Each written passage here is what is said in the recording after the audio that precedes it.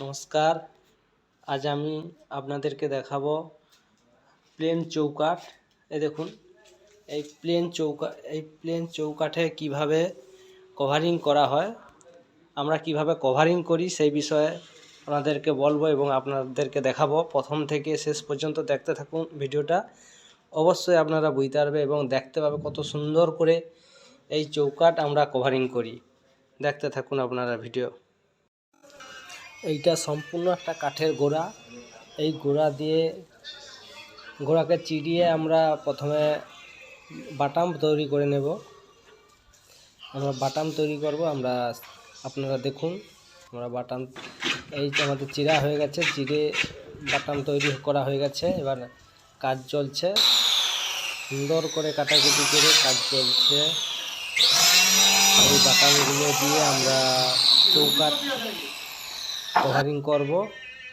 এই বাটামে আবার আমরা নাশ করে নিয়েছি। এই দেখুন, ভালো করে দেখুন, এই নাশ এইটা ঢাল করে নিয়েছি।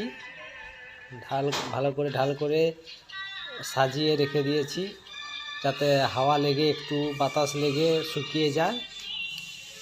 শুকিয়ে গেলে এবারে আমরা এখানে চৌকাঠে দেখুন কত সুন্দর করে কভারিং করছি। আমাদের মিস্ত্রিটা কভারিং করছে, এইভাবে কভারিং করতে হবে।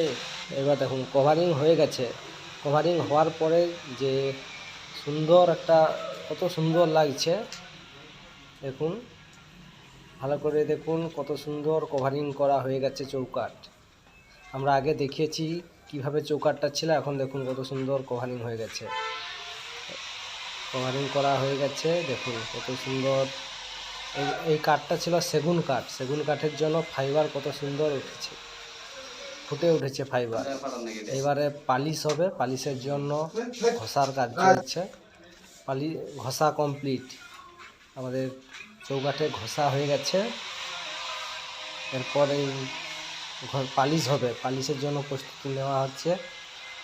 পালিশ আমাদের মিস্ত্রিটা করবে। এই দেখুন, পালিশ করার পরে কত সুন্দর হয়ে গেছে চৌকাঠটা, দেখতে কত সুন্দর লাগছে এবং কভারিং কমপ্লিট, পালিশ কমপ্লিট।